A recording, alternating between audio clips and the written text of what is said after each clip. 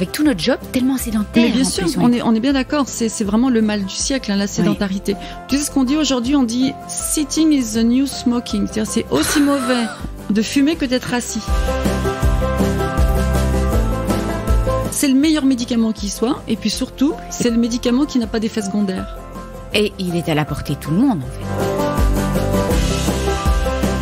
Tous ces traitements qui sont si lourds, qui démusclent, qui affaiblissent, c'est comme un vieillissement anticipé. Oui. Et fort heureusement, le corps humain a cette capacité fantastique à récupérer, mais encore faut-il l'activer. C'est avoir des informations positives du mouvement plutôt que de voir le mouvement comme quelque chose de désagréable, pénible, négatif. Et à force d'avoir un feedback positif, bien notre corps, il devient dépendant de ce mouvement.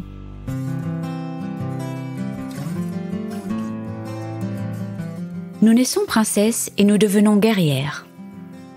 Fermez les yeux. Ça vous parle ?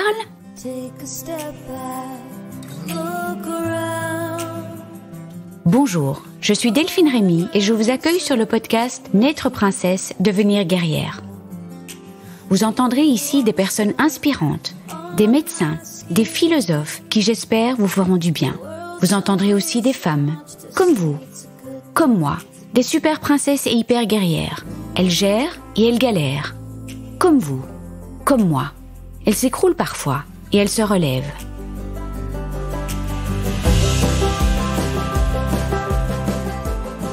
Aujourd'hui, je vous invite à enfiler vos baskets et à aller vous balader en écoutant ce podcast. Pour la petite histoire, j'étais derrière sur mon tabouret depuis 3 heures quand j'ai commencé à travailler sur cet épisode. Et à la minute 18, je me suis dit, mais enfin, Delph, sois un peu cohérente. Tu fais des podcasts sur l'importance de l'activité physique et t'as le cul sur ta chaise depuis 3 heures. Alors que Jocelyne nous dit à quel point il est important de bouger un peu toutes les heures. Du coup, j'ai enfilé mes baskets et je me suis sentie en cohérence avec tous ces messages. On sait tous qu'il est si important de bouger, que l'activité physique est un médicament extraordinaire à la portée de tous et sans effet secondaire, et on est encore beaucoup trop nombreux à ne pas bouger assez avec nos foutus jobs de bureau, entre autres. Bon, ce podcast s'adresse à tout le monde, et même ceux qui sont très actifs, car nous allons parler de l'importance de bouger et de pratiquer de l'activité physique, certes, mais aussi de l'importance de la pratiquer convenablement. Oui, elle peut être délétère pour certaines parties du corps, notamment le périnée, si on ne la fait pas convenablement. Mais attention, pas de panique, c'est hyper simple et Jocelyne prend le temps de nous expliquer. Nous avons parlé évidemment de respiration, de notre cher périnée qui prend cher avec l'âge, la maladie, les traitements, les accouchements, la ménopause. Messieurs, vous avez aussi un périnée, donc ce podcast est pour vous aussi. Nous avons parlé de plein de petits trucs et astuces pour faire sa gym sans y penser. Plein de petits tips and tricks qui, à force de les faire, peuvent devenir des automatismes et nous apporter un réel bien-être dans notre vie. Faire sa gym sans y penser peut nous faire apprécier le mouvement davantage et ensuite nous faire découvrir ou redécouvrir le plaisir de bouger. Voilà un podcast super sympa avec plein de petits conseils bien précieux pour vieillir en bonne santé. C'est quand même tellement important et ça se prépare avant, tout en gardant à l'esprit quelque chose de très positif. Même si notre corps a été malmené par une maladie, par des traitements, par un accident, par des épreuves de la vie, il a une capacité inouïe à récupérer et se reconstruire. Je vous souhaite une bonne écoute. Bonjour Jocelyne. Bonjour Delphine. Merci 1000 fois de m'accueillir chez toi dans ce petit appart, mais tellement douillet, je suis trop contente d'être chez toi. Écoute, Jocelyne, j'ai vu ton nom passer depuis que j'ai un cancer, en fait, dans Rose Up, et puis, enfin voilà, tout ce que tu as fait et que tu vas nous expliquer. Et on a déjà eu l'occasion de travailler sur un projet dernièrement, et puis je suis vraiment trop contente d'enregistrer ce podcast. Un sujet qui, je pense, va intéresser beaucoup de monde, parce que comment faire sa gym sans y penser, c'est quand même le rêve. Voilà, on a plein de sujets super intéressants. Avant ça, j'aimerais bien que tu te présentes et que tu parles de tout ton engagement auprès des femmes. Enfin, pas que des femmes, hommes et femmes. Oui, hommes et femmes. Voilà, et tout ce que tu as fait en France, tes livres, et puis après, on va aller dans le vif du sujet. D'accord. Donc, merci Delphine. Je suis très contente, moi aussi, d'être avec toi ce matin pour parler de cette gym sans y penser. Donc, en fait, je suis kinésithérapeute depuis de nombreuses années. Et il y a une petite décennie, on va dire, j'ai rencontré des femmes opérées d'un cancer du sein. Et j'ai vraiment eu envie de les aider à se reconstruire en douceur, comme je dis, reconstruire au niveau global. Et c'est vraiment comme ça que je me suis intéressée au pilates, à l'activité physique d'endurance. Et en plus de ma fonction de kinésithérapeute, j'ai développé des concepts d'activité physique. Tout d'abord le rose pilate, donc le pilate adapté aux femmes opérées du sein. Mais à chaque fois avec l'idée que je m'adressais à des femmes. Alors, comme tu as dit, mais pourquoi pas aussi à des hommes. C'est ce que j'allais dire là, oui. Pour faire du pilate et le faire le plus intelligemment possible et vraiment pour que ça rende service aux gens. Et le pilate est vraiment pour hommes et femmes, en fait. Hein. C'est vraiment. Tout à fait. C'est vrai qu'on entend souvent des femmes qui font du pilate, mais c'est quand même une philosophie qui est. En fait, le pilate a été développé, inventé par Joseph Pilate, donc est un homme. Ah, ça je savais. Oui, et dans les années 20. Et en fait, c'est une gym, quand il était vivant, le Pilate s'appelait Contrology, le contrôle. Et c'est une gym qui demande à être très consciente. C'est-à-dire qu'on fait pas des exercices pour faire des exercices plus haut, plus fort, plus vite. On fait des exercices pour que vraiment ça travaille au plus profond du corps. Et ça, c'est plutôt quelque chose qui plaît aux femmes. Et les hommes, souvent, ont l'impression que en Pilates, on ne travaille pas. Parce qu'il leur faut souvent, c'est un peu bête, mais il leur faut du muscle, quelque chose de spectaculaire. Alors qu'en fait, ça travaille vraiment en profondeur. Et en fait, on s'aperçoit que dans le Pilates, justement parce qu'on est conscient de ce qui se passe, et on va en reparler, je pense, toutes les deux, c'est une gym qui travaille énormément et en profondeur tous les muscles du corps. Et c'est pour ça que je me suis dit, une femme qui a par exemple suivi de la chimio, alors bien sûr, comme je dis souvent, les hommes et puis toutes sortes de cancers finalement avec de la chimio, il faut renforcer tous les muscles du corps. Et le Pilate est une très bonne indication pour aider les gens à se reconstruire.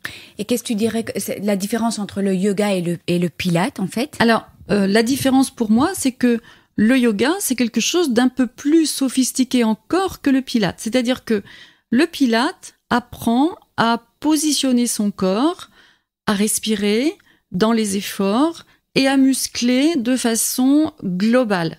Et souvent, moi, je dis, c'est un peu le b.a.-ba de la gym et le b.a.-ba de l'apprentissage corporel. Oui. Une fois qu'on a compris le Pilate, on peut avoir envie de faire plus. Et pour moi, le yoga, c'est plus, c'est-à-dire c'est plus sophistiqué, avec des mouvements plus élaborés, plus originaux. Et je dis ça parce que, comme je n'avais jamais fait de yoga, j'ai fini par m'inscrire à un cours pour découvrir le yoga. Et je voyais les gens autour de moi qui étaient comme moi débutants, qui étaient adultes et pas forcément très jeunes ni très souples. Et ces gens avaient du mal à positionner leur corps par rapport à ce que demandait l'instructeur. Et c'est là où je me suis dit, en fait, c'est bien de faire du Pilate avant de faire du yoga, parce qu'on apprend la base. Moi, j'avais l'impression que le Pilate travaillait plus en profondeur que le yoga, en fait. Alors, tu vois, c'est très important ce que tu dis, parce que tu dis le Pilate travaille. Et moi, un de mes concepts vraiment forts, c'est de dire que c'est pas le Pilate qui travaille. Oui, j'ai peut-être pas bien formulé. Non, mais tout le monde parle comme ça. Hein, attention, hein, tout le monde. Mais c'est comment je fais mon exercice. Est-ce que je le fais avec les règles édictées par Pilate ? Est-ce que du coup, j'en suis consciente ? Et à ce moment-là, je travaille en profondeur.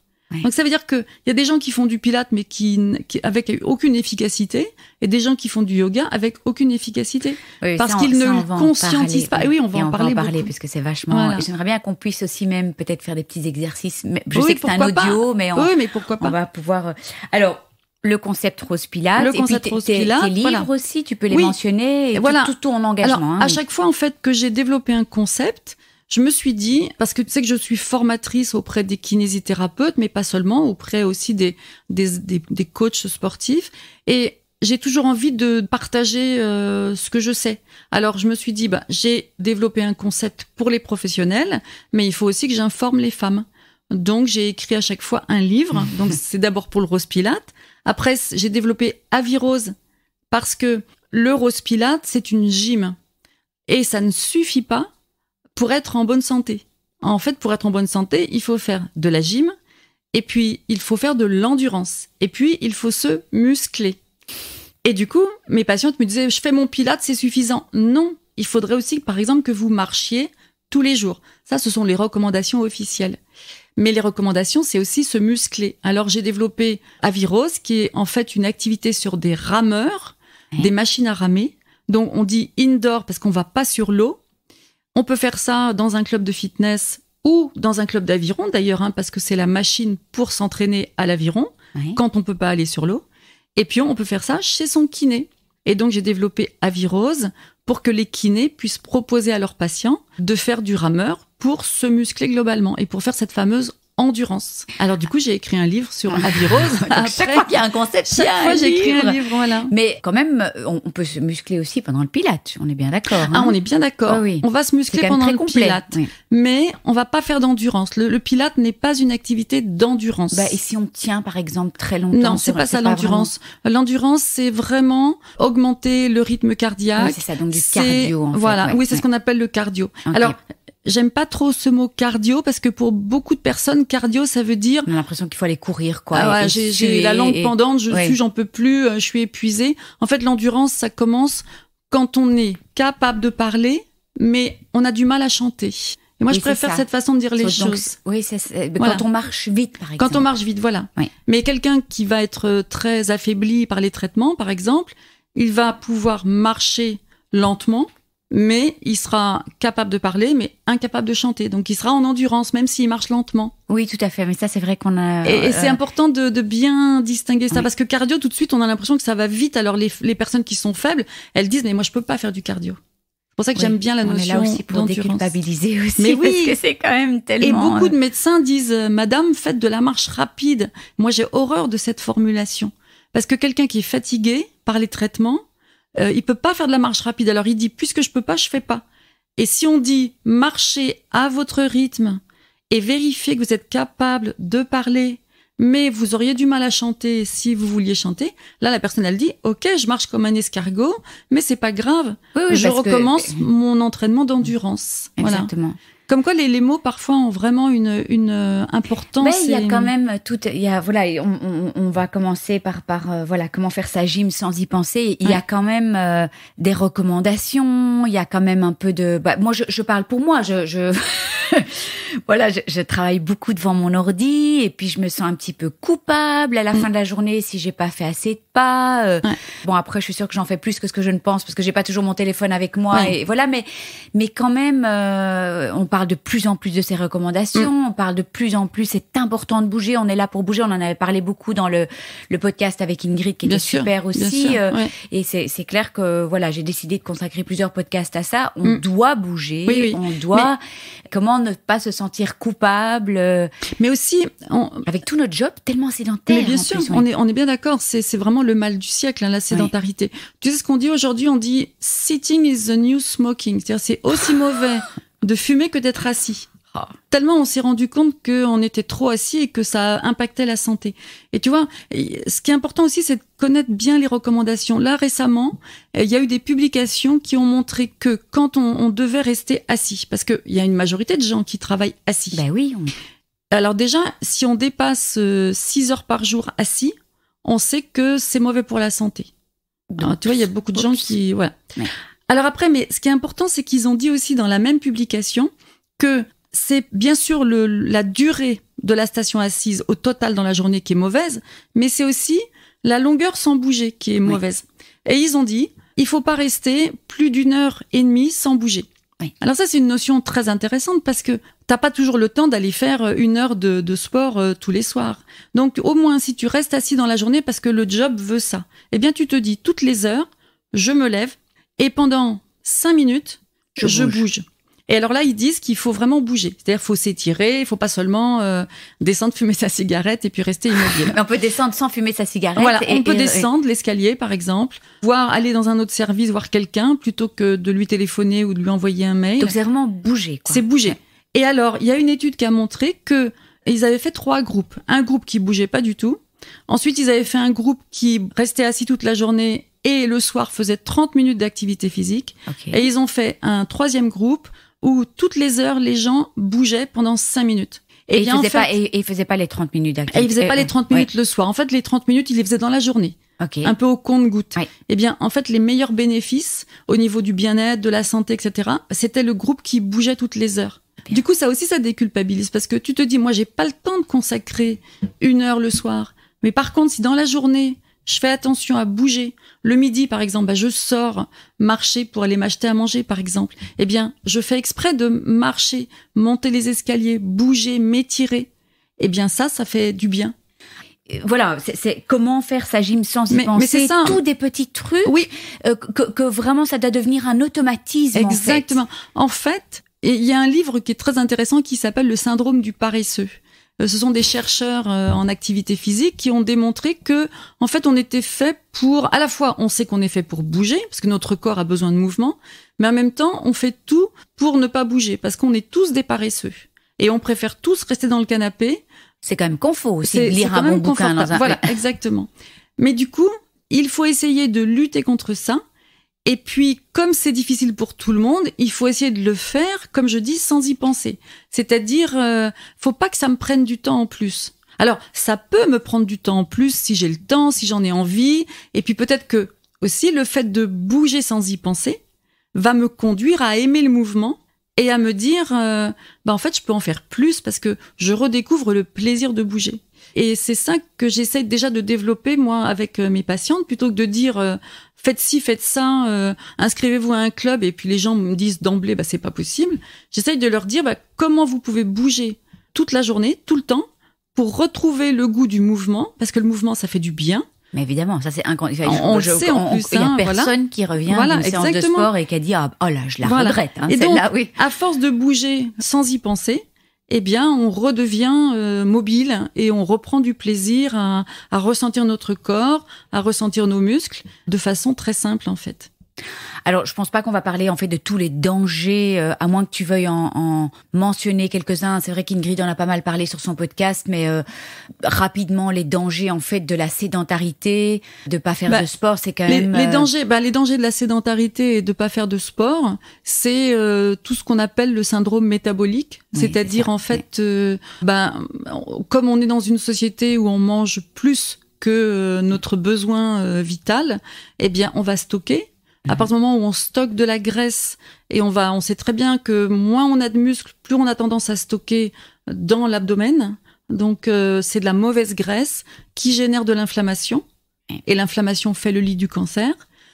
C'est une graisse qui va générer des troubles métaboliques au sens diabète, hypertension, cholestérol, etc. Et tout ça va entraîner des tas de troubles qui peuvent être très graves. Et on sait pertinemment, par exemple, quelqu'un qui a un diabète, alors c'est pas simple le diabète à gérer. Je ne dis pas que c'est simple, mais il y a beaucoup de diabète, et en particulier le diabète de type 2, celui qu'on acquiert en vieillissant, qui peut être traité presque qu'avec l'activité physique si on s'y prend assez tôt. Nutrition et activité physique. Et le cholestérol, par exemple, plutôt que de prendre des médicaments qui, on le sait, sont pas bons pour la santé, eh bien, on peut, en faisant de l'activité physique, faire baisser son cholestérol, et même des cholestérols familiaux. Mais donc l'activité physique, on a l'impression que c'est le meilleur médicament qui soit. Après, c'est bon pour le moral de faire de l'activité physique. Donc, du coup, on peut éviter aussi de prendre des médicaments par rapport à de la déprime, de l'anxiété, des choses comme ça. Enfin, et puis, pour reparler du cancer hormonodépendant, quand on fait de l'activité physique, on a moins d'œstrogènes parce que on a moins d'œstrogènes circulant, parce qu'on a moins de graisse, et la graisse, c'est le lieu de synthèse des œstrogènes. Donc, quand on veut minimiser un peu les œstrogènes et leurs effets négatifs, eh bien, on fait de l'activité physique. Enfin, il y a c'est vraiment le meilleur médicament au monde. Ça défatigue, en fait, mais oui, exactement. Tout à fait, oui. Et puis, sans parler de l'impact sur l'immunité, ça a été démontré, ça aussi. Oui. C'est le meilleur médicament qui soit, et puis surtout, c'est le médicament qui n'a pas d'effets secondaires. Et il est à la portée de tout le monde, en fait. Mais bien sûr. Tous, alors, évidemment, on va pas parler du sport en excès parce que c'est pas le. Bien sûr. Mais est-ce que tu peux, par exemple, comment faire sa gym sans y penser? Tous des petits exemples. Alors déjà, parce que tu viens de parler de sport, et souvent dans le langage courant, on dit il faut faire du sport parce que c'est plus facile que de dire il faut faire de l'activité physique. Mais déjà, il faut bouger. Il faut bien préciser que l'activité physique au sens large, alors moi je dis souvent il y en a 5, enfin c'est pas moi qui le dis, mais souvent je pose la question comme ça, donnez-moi les 5 activités physiques. Alors les gens cherchent, alors il y a la marche, il y a le vélo, non c'est pas ça, il y a 5 types d'activités physiques. Alors, le premier type, ce sont les déplacements. C'est-à-dire qu'à chaque fois que tu marches ou que tu montes un escalier, c'est un déplacement. Oui. Le deuxième type... Je les note. Hein. Oui, mais c'est parce que c'est important déjà. Et là encore, ça te déculpabilise et ça donne des idées. C'est génial, moi je me déplace beaucoup. Donc c'est très bien. Le deuxième type, ce sont les activités domestiques. Ranger sa maison. Ranger sa maison, bricoler, faire le ménage, faire son lit, le jardin, etc. C'est de l'activité physique. Ensuite, les activités de loisirs. Alors, c'est-à-dire promener son chien, jouer avec ses enfants, même la chorale, c'est du loisir, mais quand tu respires, tu chantes, c'est une forme d'activité physique. Donc, si tu marches pour aller à la chorale et puis tu vas chanter pendant 1 heure, t'es debout, enfin, tu vois, c'est énorme comme activité physique, en fait. Alors après, il y a les activités professionnelles. Alors, bien sûr, il y a des métiers qui sont sédentaires, on vient d'en parler, mais il y a des métiers qui sont plus physiques que d'autres. Il y en a beaucoup, hein. Voilà, il y en a plein, en fait. Donc, déjà, ça fait aussi de l'activité physique, même si parfois il y a un petit peu de stress du fait de la profession, parce qu'on sait que le stress est parfois, enfin, est souvent même négatif. Donc, il y a quand même de l'activité physique dans certaines professions. Et enfin, le dernier, c'est le sport. C'est-à-dire mais c'est complètement génial ce truc-là, parce que là, je pense que tout le monde va déjà se retrouver dans des déplacements domestiques et loisirs. C'est une définition officielle, et il y a même des listes entières. Alors, je t'encourage à regarder sur Internet en tapant MET en majuscule, et faut écrire sur Google par exemple MET activité physique. Et les MET, c'est une espèce de classification de toutes les activités physiques, donc toutes celles que je t'ai citées. Alors ça va être prendre sa douche, faire son lit, promener son chien, etc. Et on donne un chiffre en MET. Donc MET, c'est Metabolic Equivalent of Task. Oui. Et on donne un chiffre. Et comme ça, tu sais combien tu dépenses pour 1 heure de cette activité. Du coup, tu vas choisir des activités qui sont plus dépensières que d'autres. Et en fait, ça te permet de voir quand t'as pas le temps de faire du sport, ou parce que t'en as jamais fait, ou parce que t'aimes pas ça, de dire, mais en fait, je suis quand même très active. Et du coup, si on rajoute ce qu'on va voir dans la gym sans y penser, dans toutes ces activités, qu'elles soient professionnelles, qu'elles soient de loisirs, domestiques ou les déplacements, je vais rajouter un petit plus parce que je vais être consciente de comment je bouge, comment je me place et qu'est-ce que je peux faire de plus dans mon activité pour dépenser un peu plus d'énergie et surtout reprendre le goût de bouger. Qu'est-ce que tu penses des montres connectées, en fait, finalement, pour se faire une idée? Alors, en fait, si ça motive, en fait. Voilà. Tous les outils connectés sont intéressants. Oui. D'abord parce que ça fait prendre conscience de ce qu'on fait. Et de ce qu'on ne fait pas. Moi, j'aurais tendance à dire. Raison. Oui. Non, mais tout à fait, bien sûr. C'est-à-dire, on se dit, ah oui, j'en fais si peu. Et du coup, ça permet de voir en progression qu'est-ce que je peux faire, comment je peux m'améliorer. Et puis, c'est motivant, c'est une espèce de petite récompense de se dire, j'ai sacrément progressé. Oui, parce que j'ai démarré avec tant de pas au quotidien ou de kilomètres d'ailleurs. Et puis maintenant, j'en fais plus et j'en fais plus avec plaisir. Je me fais pas mal parce que justement, j'ai respecté cette progression et ça, c'est très important de pas vouloir trop en faire parce que là, on se décourage. Donc, c'est pas grave de commencer bas. C'est même normal. On n'est pas entraîné. Un sportif qui est pas entraîné, il va pas aux Jeux Olympiques tout de suite. Il s'entraîne et après, il postule pour les Jeux Olympiques. Nous, souvent, on fait l'inverse. On va d'abord aux Jeux Olympiques, puis après on se dit, je suis trop fatiguée, je me suis fait mal. Oui, donc la progression, c'est extrêmement important. Donc, tous les outils connectés sont très bien pour ça. Ok, mais ça, c'est... Voilà, moi je ne sais pas pourquoi ça fait 3-4 ans que je rêve d'une montre connectée, puis je l'ai pas achetée.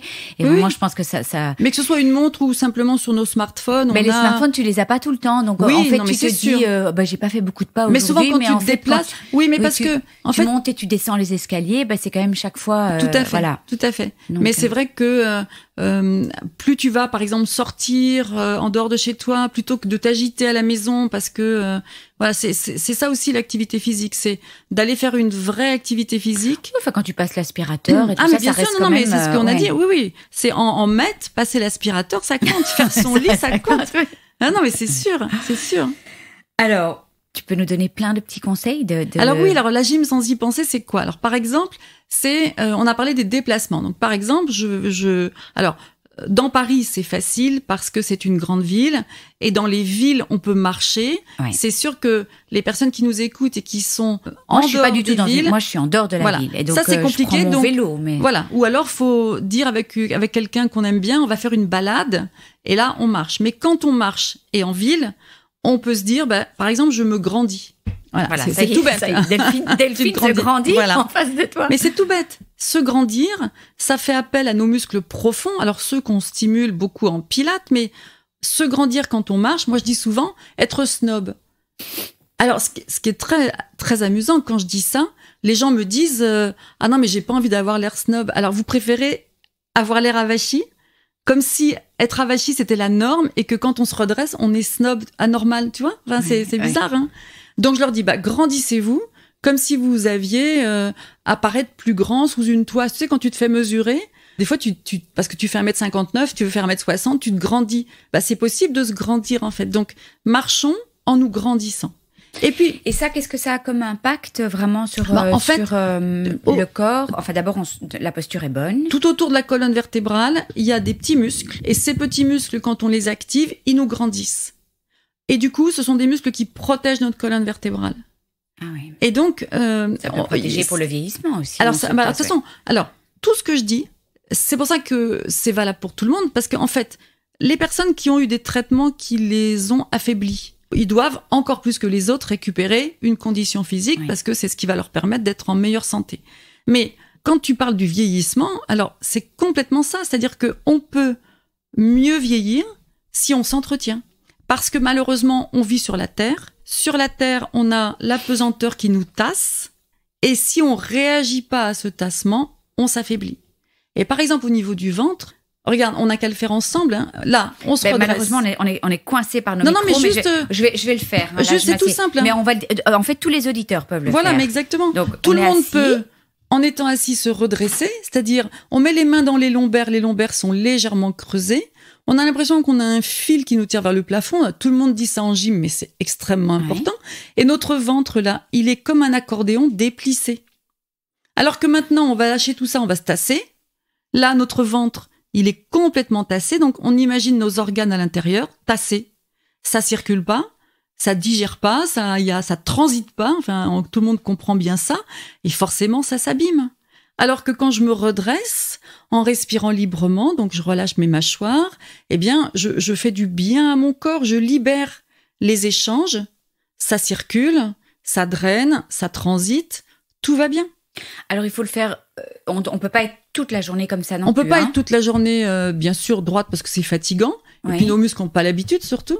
Donc, il faut y penser le plus souvent possible. Donc, je me redresse, puis je m'effondre, puis je me redresse à nouveau, puis je m'effondre. Et puis, au fur et à mesure de cette activité, eh bien, on va renforcer nos muscles. Et pour peu qu'on fasse à côté un peu de pilates, du renforcement musculaire, etc., eh bien, on va changer un peu notre posture et avoir une posture plus tonique. Une question un petit peu idiote, mais est-ce que c'est bon d'être tout le temps redressé ou pas? Ou ça fait quand même du bien aussi de se... Alors, en fait, ce qu'on dit aujourd'hui, alors c'est une très bonne question parce que ce qu'on dit aujourd'hui, en fait, ce qui est important, c'est de bouger. Donc, si je dis à quelqu'un rester droite toute la journée figée, c'est pas bon parce qu'elle bouge pas.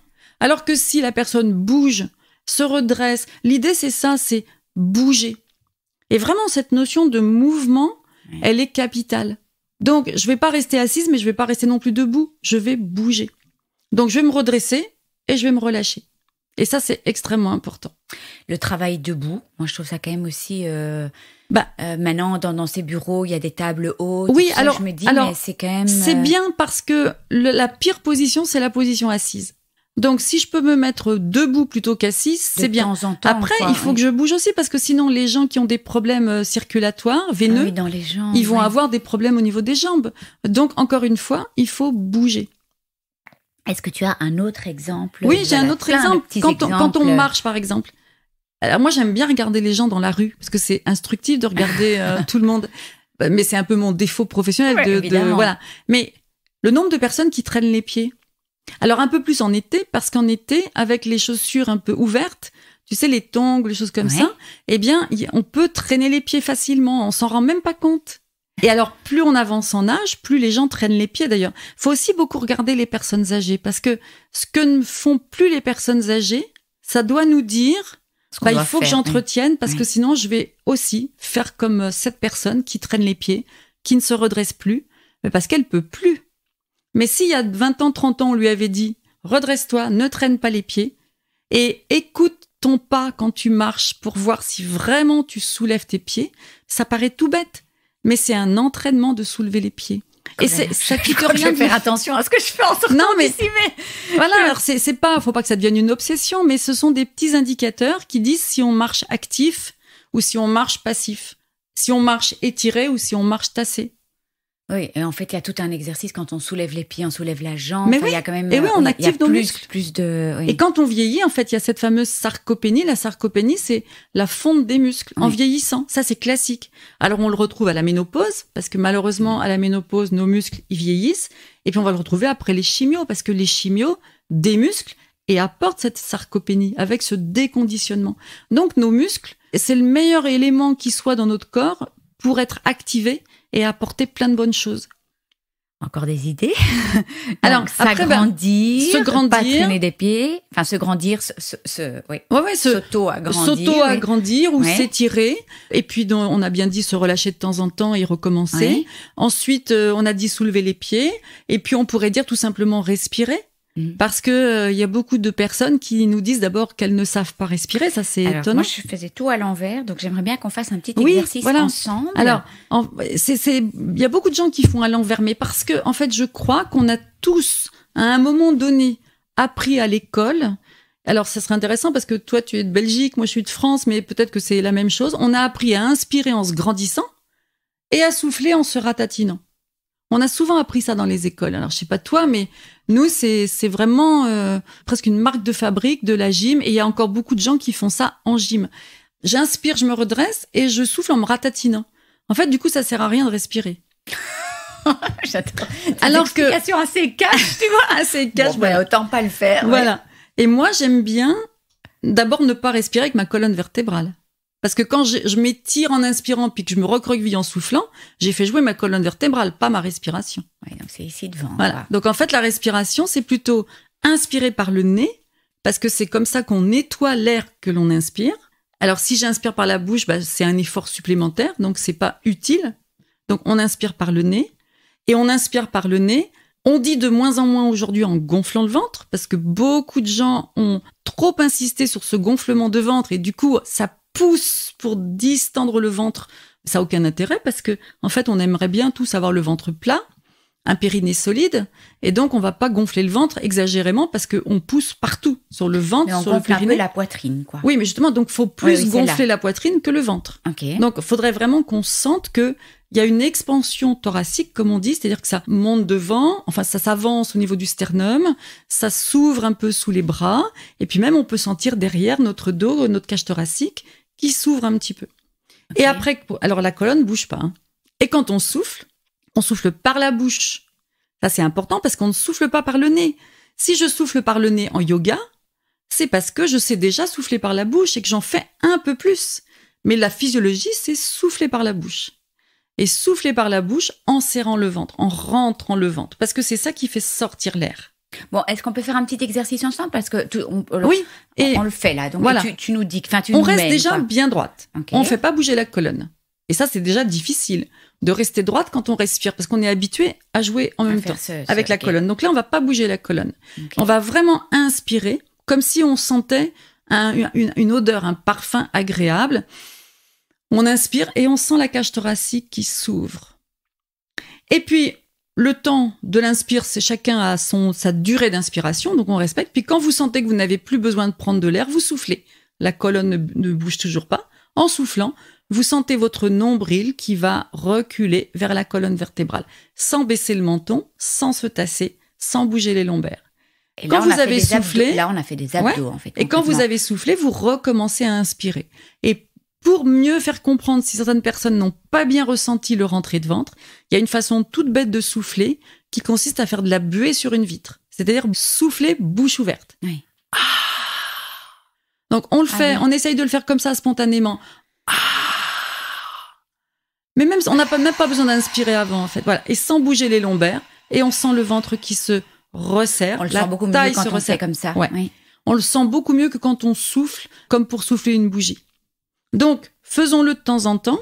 On est bien droite, on est grandi, et puis on inspire, si on veut, et en soufflant,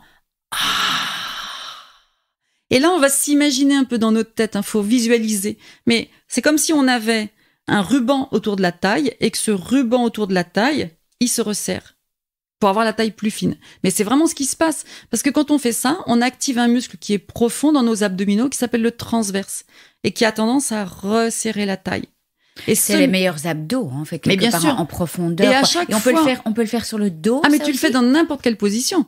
Et d'ailleurs, dans la gym, on ne devrait jamais faire un exercice dit d'abdominaux sans associer la respiration pour rentrer le ventre. Donc, engager le transverse, comme on dit en pilates. Et puis, en même temps, solliciter les autres abdominaux dans la stabilisation du bassin.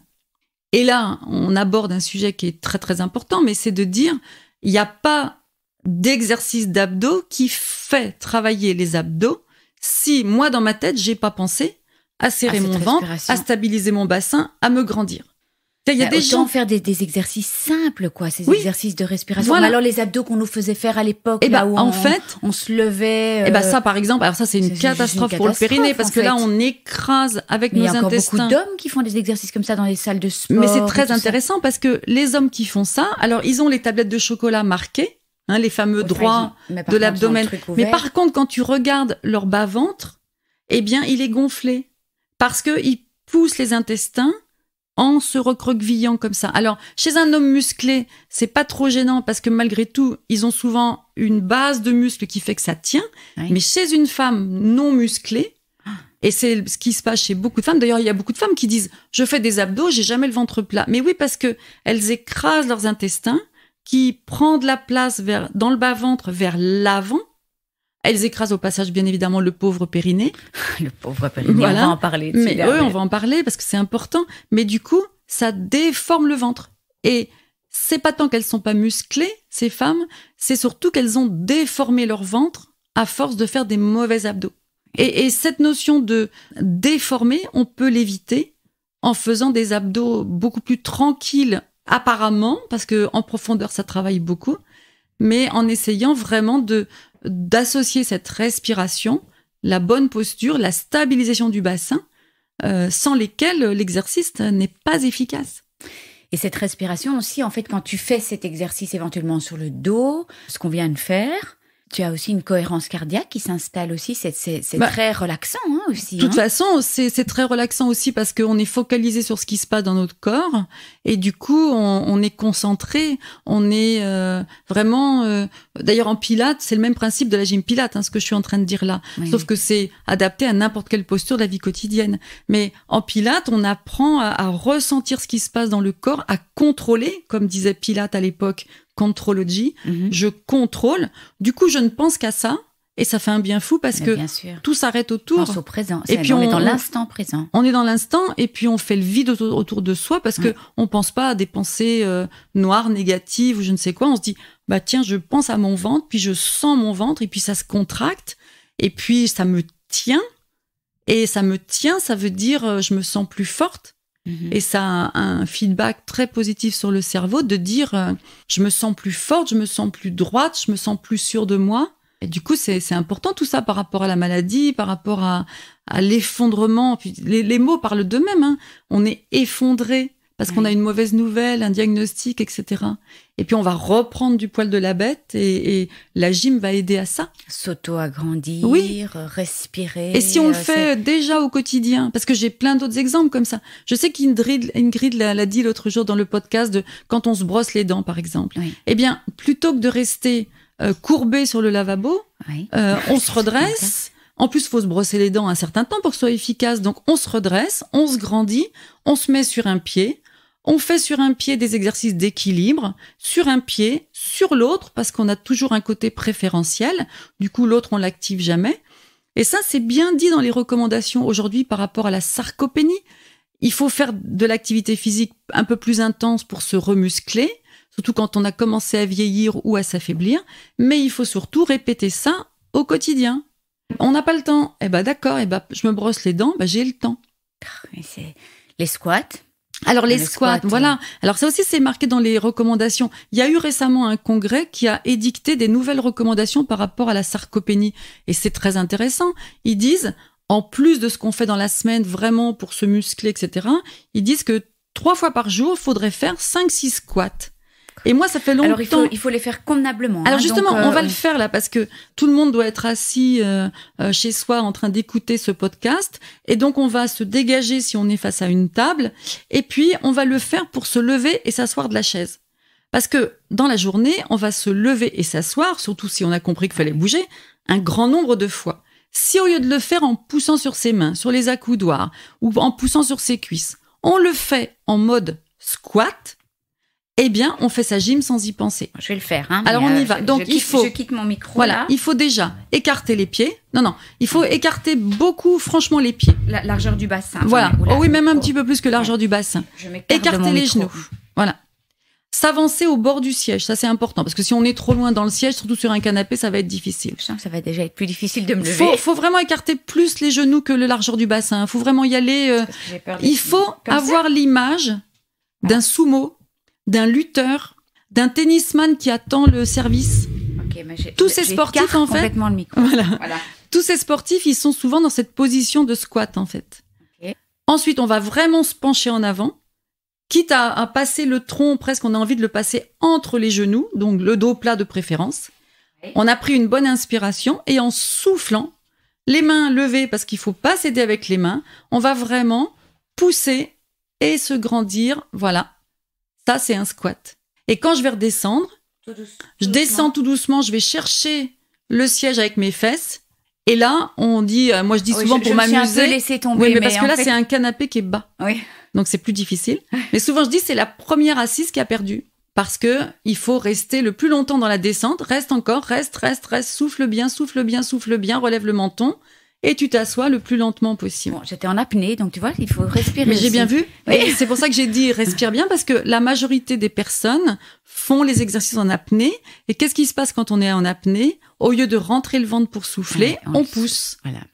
Et pousser, c'est pas bon parce qu'on pousse sur le ventre, on pousse sur les lombaires. Donc si on a des problèmes au niveau discal, ça peut faire mal. Et puis on pousse sur le périnée. Donc le simple fait de se lever et de s'asseoir de la chaise, d'ailleurs c'est un test en sport santé, de voir combien de fois on peut se lever de la chaise en 30 secondes, ou même ils le font aussi en 15 secondes. Et c'est comme ça qu'ils diagnostiquent une sarcopénie. C'est des gens qui se lèvent très peu de fois de la chaise en 15 secondes. C'est ça la sarcopénie. Oui, et nous, on s'en sert comme un exercice. Tous le faire et on va vraiment muscler les jambes, on va muscler tout, quoi. Et en fait, alors bien sûr, il faut le faire beaucoup pour se muscler vraiment. Mais on est dans un réapprentissage du mouvement. Si je prends l'habitude de le faire, alors on le fait sur nos canapés, sur nos chaises, sur le siège des toilettes. Je parle souvent de ça parce que souvent le siège des toilettes, il est bas. D'ailleurs, c'est pour ça qu'on met des rehausseurs aux personnes âgées. Sauf que du coup, et ça c'est aussi ils font plus leur squat. Voilà. Et souvent les personnes âgées, on leur rend pas service en mettant à disposition des choses qui leur font faire moins d'exercices. Alors, je dis pas qu'il faut, si on n'a pas fait de squat depuis des années et qu'on peut plus s'asseoir, alors on met un rehausseur avec des accoudoirs. Mais c'est dommage. Ce que je veux dire, c'est que si on y avait pensé avant, on aurait dit aux personnes âgées qui le font très bien, hein, cette façon de se lever et de s'asseoir de la chaise, si on leur explique, elles le font. Elles disent que c'est difficile, mais si elles le répètent, eh bien, elles se remusclent. Et des patientes que j'ai eues en chimio, qui avaient mal dans les jambes à cause des produits de la chimio, je leur demandais de faire ça. Elle me disait, mais vous êtes sûre, Jocelyne, parce que ça va être difficile? Essayez, vous allez voir. Et elle revenait en disant, mais je l'ai fait, mais c'est dingue. J'ai moins mal. Et en plus, je sens mes muscles qui reviennent. Et puis, c'est quand même un petit sentiment de victoire, en fait, hein, aussi. Exactement. On est quand même bien bousillé. Je vois le temps qui passe et on a encore tellement de choses à dire. On aurait pu faire en 2 épisodes, mais... Là, on a quand même des chouettes petits exercices. Oui. Bon, je veux absolument qu'on parle de notre cher périnée, ça, qui il faut n'est qu'on en pas parle absolument. que pour les femmes. On parle toujours du périnée pour les femmes, mais... mais pour alors, tout le monde. Est-ce que tu peux nous faire je fais un dessin avec mes mains, parce que c'est le fameux périnée, la chimio, tout ça a bien bousillé leur mono. Mais bien sûr, parce que de toute façon, le périnée, il s'abîme par la vie quotidienne, par le vieillissement. autant chez les femmes que chez les hommes, mais on en parle moins chez les hommes parce que la configuration anatomique est différente. Bah, ils ont le même périnée ils ont un oui, périnée, mais ils ont moins d'orifices que nous.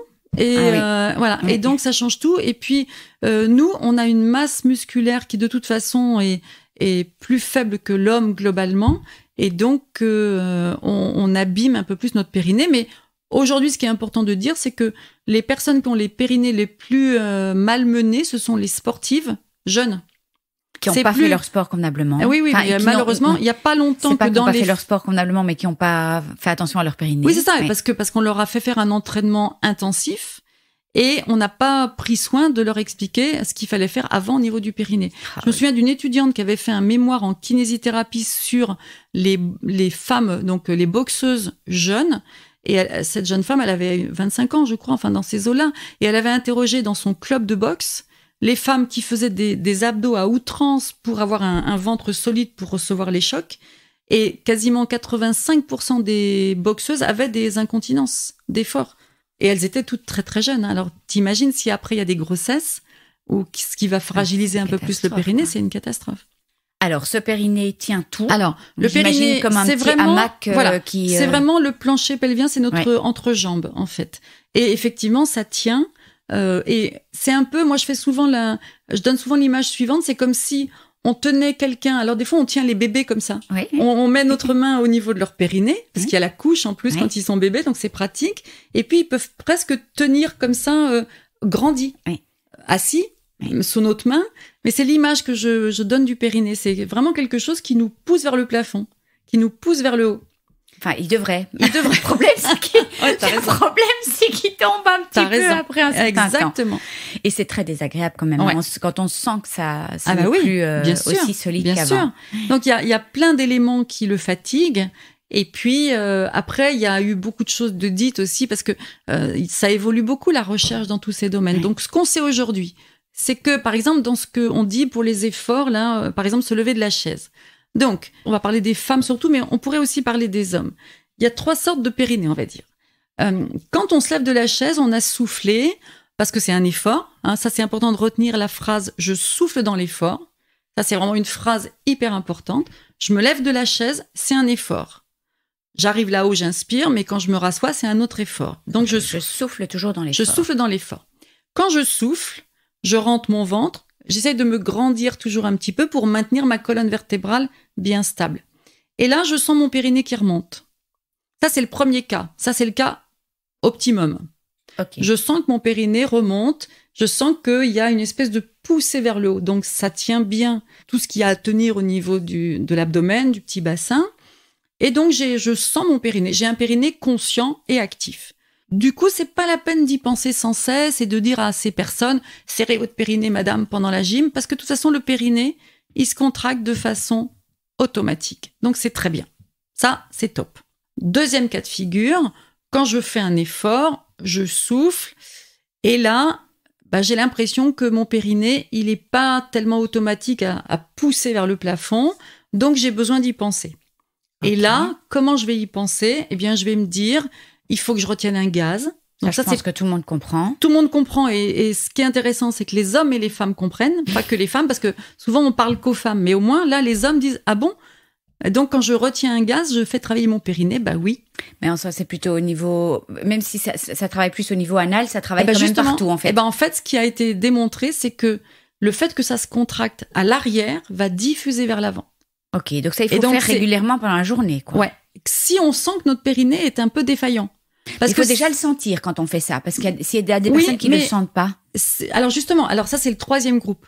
Donc on va y venir après, mais le 2e groupe, c'est je sens que j'ai besoin d'un petit coup de pouce pour mon périnée. Donc j'y pense. Donc soit je retiens un gaz, soit j'imagine que j'arrête un jet d'urine, à ne pas faire en vrai, parce que c'est dangereux.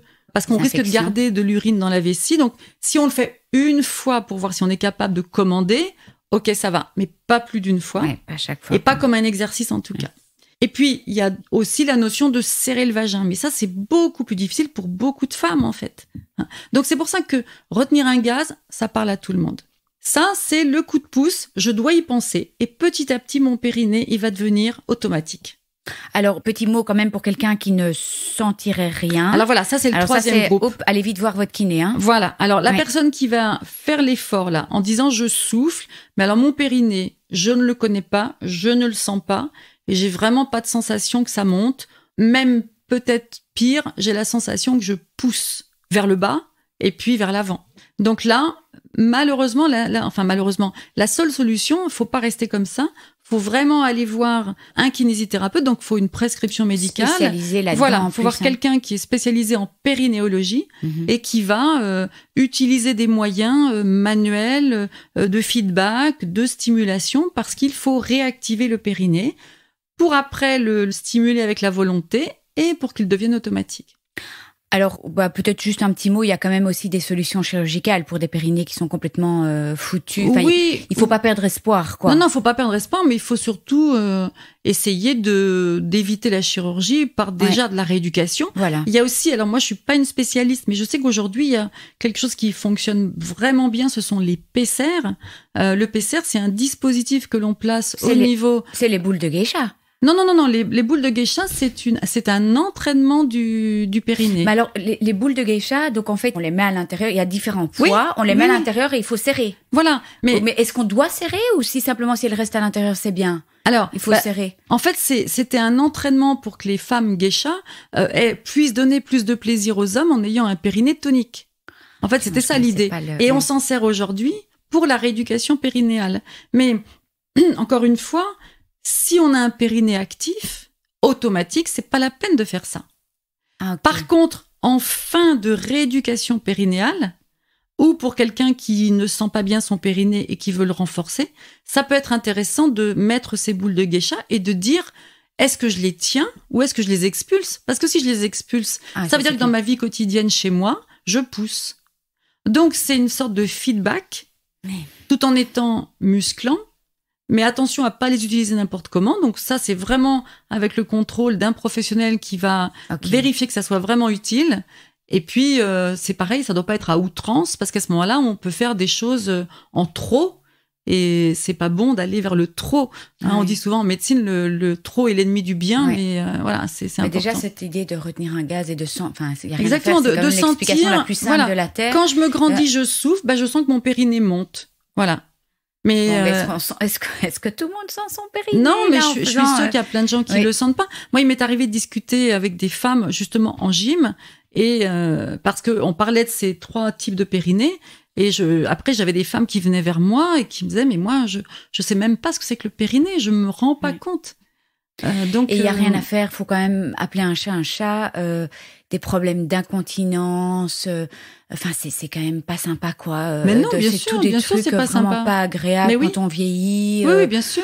Avec ce manque d'œstrogène et mais tout ça et puis l'hormono et puis justement avec l'hormono ou avec les chimios et avec l'atrophie vaginale, avec la sécheresse vaginale, si en plus il y a ces problèmes d'incontinence, enfin c'est vraiment terrible. Donc c'est une zone qui a été longtemps l'objet de tabous, aussi trop réservé aux femmes, alors que les hommes, en fait, un homme en vieillissant, il peut avoir des incontinences fécales.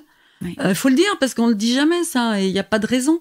Et des hommes qui font des gyms à outrance, des abdos à outrance, ils peuvent se préparer ça pour l'avenir. Donc faut les prévenir quand même.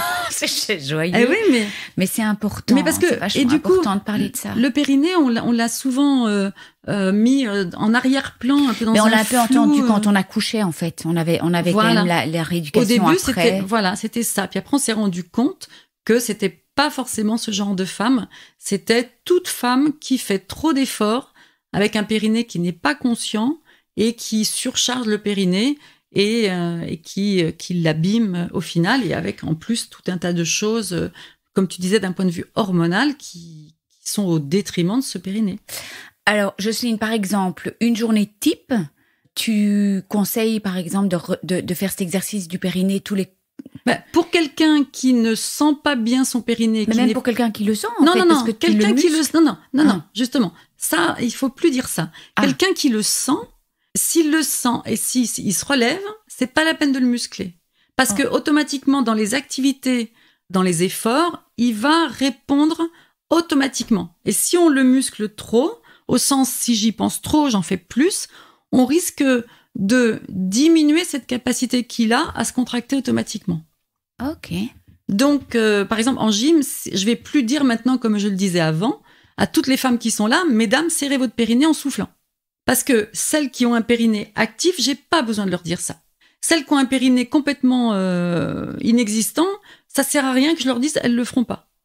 C'est juste pour le deuxième groupe, celui qui est entre les deux, que je peux dire ça. Ok. Donc c'est pas la peine d'aller faire un périnée hypertonique ou il est quand mais donc, il est quand bon, on dit il est c'est automatique. bien quand on est au feu rouge de faire 5 fois. Non, on devrait plus dire ça. Non. Ok, mais déjà faire le test pour voir si on le sent. Quoi. Alors oui, ça c'est important et dans les efforts surtout. Alors ça tu as raison, c'est un test, mais ça sert à rien quand il est efficace. Ça peut même être au détriment de sa capacité automatique à se contracter. La course à pied, des chocs. Alors, comment on court? S'il est bon. Comment on court? Non, mais s'il est bon. Oui, mais comment est-ce qu'on voit, comment est-ce qu'on teste si toujours pareil, est-ce qu'on est capable de le sentir? Est-ce que quand on court, on se sent grandi? Tu sais, quand tu vois les gens courir, il y a des gens qui courent, t'as l'impression qu'ils sont tassés et ils talonnent, et toi, t'as l'impression qu'à chaque foulée, ils se tassent. Très certainement que le périnée, là encore, il en prend un coup. Alors que quelqu'un qui court en étant étiré, les femmes qui courent, si elles ont un bon périnée, il n'y a pas de problème. Là où se pose le problème, c'est celles qui ont été affaiblies, qui vont reprendre la course à pied. Et est-ce qu'on va leur parler de leur périnée et est-ce qu'on va tester leur périnée ou est-ce qu'elles vont le tester elles-mêmes pour savoir où elles en sont? Mais c'est toujours bien aussi quand on a des doutes de quand même aller voir une kiné, de faire tester son périnée avec quoi, des sondes. Comment on voit ça? À la limite, c'est plus un médecin qui va tester ces choses-là parce que nous en France, le kiné a pas le droit de prescrire les séances de kiné, donc c'est le médecin qui fait faire des tests à la patiente et puis qui ensuite prescrit des séances de rééducation. Moi, je trouve ça vachement important d'en parler parce que moi, je vois la chimio et tout ça, j'ai pris un coup. Ah, mais évidemment. Une impression que tout, descend plus. C'est pas confortable, quoi. Non. Donc, en fait, pour éviter tout problème à l'avenir, c'est quand même important d'y penser. En fait, tous ces traitements qui sont si lourds, qui démusclent, qui affaiblissent, c'est comme un vieillissement anticipé. Oui. Et fort heureusement, le corps humain a cette capacité fantastique à récupérer, mais encore faut-il l'activer. Oui. Mais non, c'est vraiment... si tu me permets de poster pas mal de choses sur ta page, peut-être une vidéo avec, par rapport à ce périnée, plusieurs explications, je trouve que c'est vraiment... Mais ça fait 56 minutes qu'on enregistre. Alors, je sais pas si tu veux encore... tu vois, je pense à quelque chose parce qu'on a beaucoup parlé des membres inférieurs, du tronc, mais les membres supérieurs, par exemple, c'est tout bête. Mais par exemple, dans les chirurgies, mais lever les bras. Mais il y a plein de gens qui ne lèvent plus les bras. Quand on est chez soi, on passe sous une porte. Qu'est-ce que ça coûte et qu'est-ce que ça prend comme temps de lever les bras pour toucher le haut de la porte? C'est tout des petites chez choses. Soi, de mettre quand même des choses très hautes. Très hautes, oui. Pour aller les chercher. Et en général, ce qu'on fait, c'est l'inverse. On se dit, j'ai du mal à lever les bras. Je vais mettre des choses plus basses. Du coup, je lève plus les bras. Alors, bien sûr, on peut temporairement avoir du mal parce qu'on a une douleur quand on lève les bras. Mais dans ce cas-là, on fait de la rééducation pour gérer cette douleur chez un kiné qui s'y connaît en épaules. Mais après, on recommence à bouger les bras. Parce que sinon, on voit, encore une fois, quand on regarde les personnes âgées, il y en a qui ne lèvent plus les bras, du coup, elles ont les épaules toutes raides. Alors, si là-dessus, en plus, on a greffé une chirurgie, du creux de l'aisselle, ou toutes sortes de chirurgies, même par rapport à un poumon, on lève plus les bras. Et non, il faut lever les bras et se servir de ses bras. L'autre jour, j'étais dans le métro et j'attrapais la barre pour me tenir parce que ça bouge, le métro. Eh bien, je me disais... Parce que je pensais à notre podcast et je me disais, tiens, je peux tirer sur la barre, personne me voit. Après, je peux pousser sur la barre. À partir du moment où j'ai mis ma main sur la barre, je vais la désinfecter après. Alors, tant que j'y suis, autant que ça me serve. Que tu fasses je tire sur ma barre, je pousse.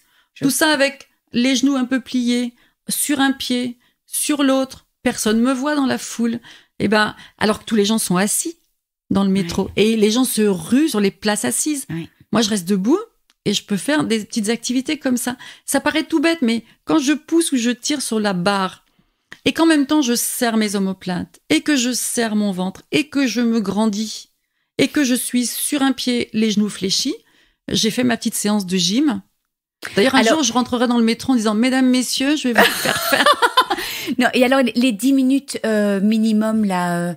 pour activer les effets physiologiques. En fait, non. Quand tu fais des petits exercices musculaires, c'est toujours bon. Hein. Oui, Ça, oui, je me exactement. souviens qu'Ingrid avait dit ça. Voilà. Mais que d'avoir des petites séances de 10 minutes. Oui, 10 minutes, ça, c'est plus le cardio.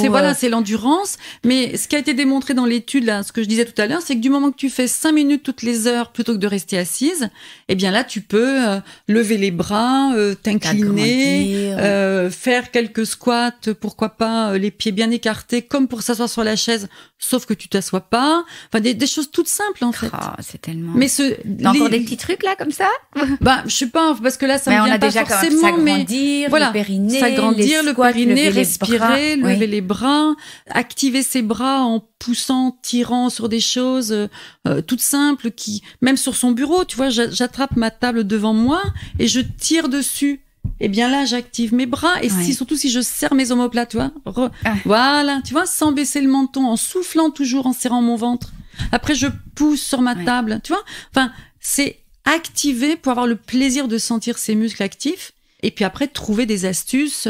Si je soulève quelque chose chez moi, périnée, respiration. Alors, on peut le faire jambes fléchies comme on nous a appris, soi-disant pour protéger le dos. Mais pourquoi je le ferais pas de temps en temps, penché en avant, avec le dos tout arrondi, parce que ça fait un exercice de mobilité du dos. Tu vois, l'autre jour, tu me demandais des exemples. J'étais en train de me mettre ma crème sur les jambes.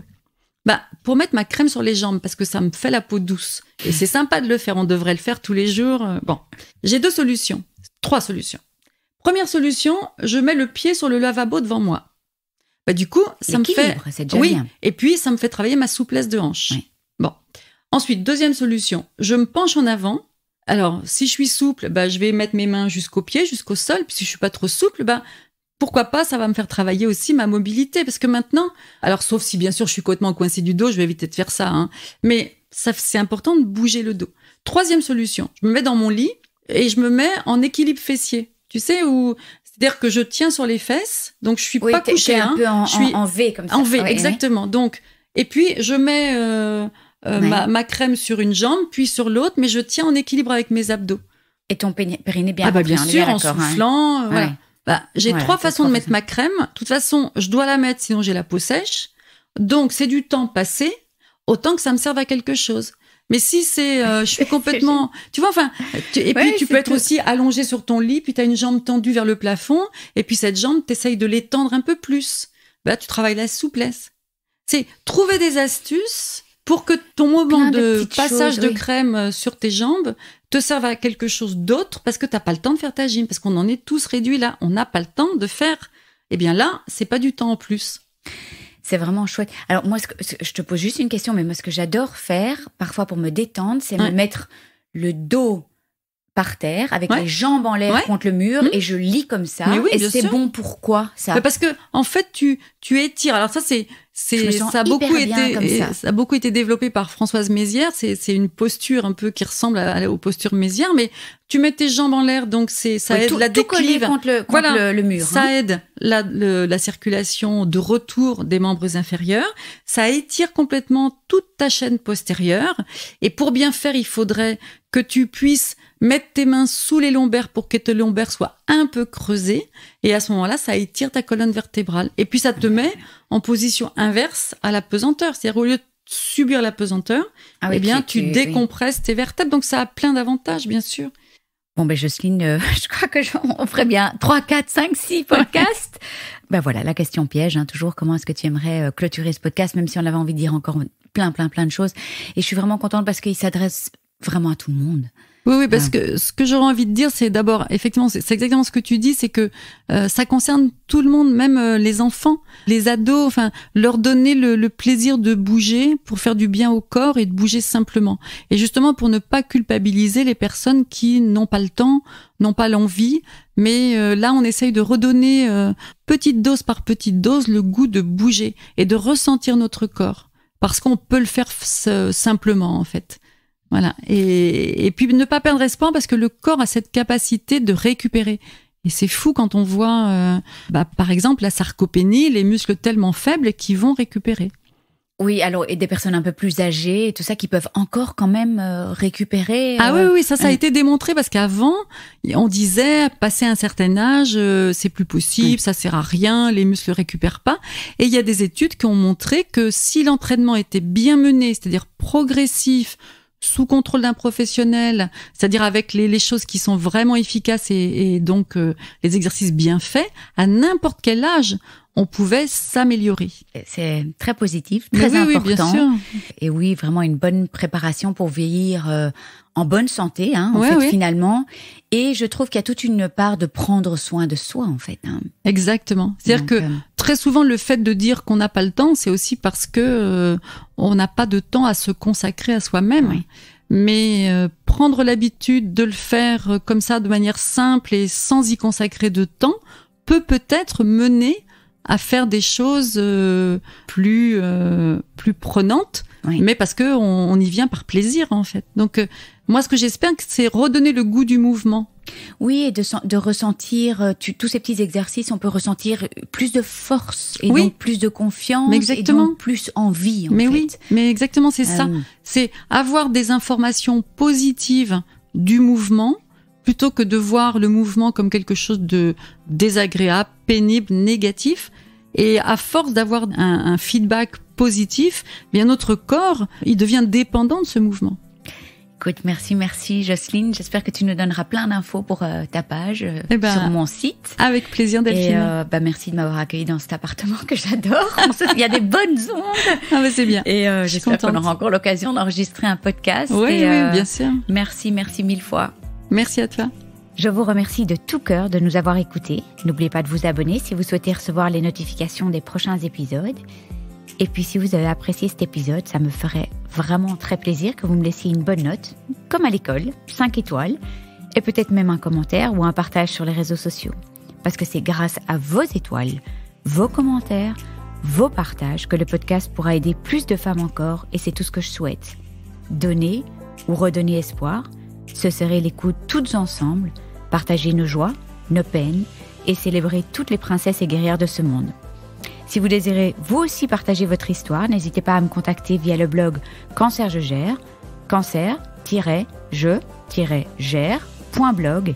Il y a des instructions pour le partage de témoignages. Et puis je vous embrasse tous et toutes très très fort. Prenez soin de vous et on se retrouve la semaine prochaine. Gros bisous.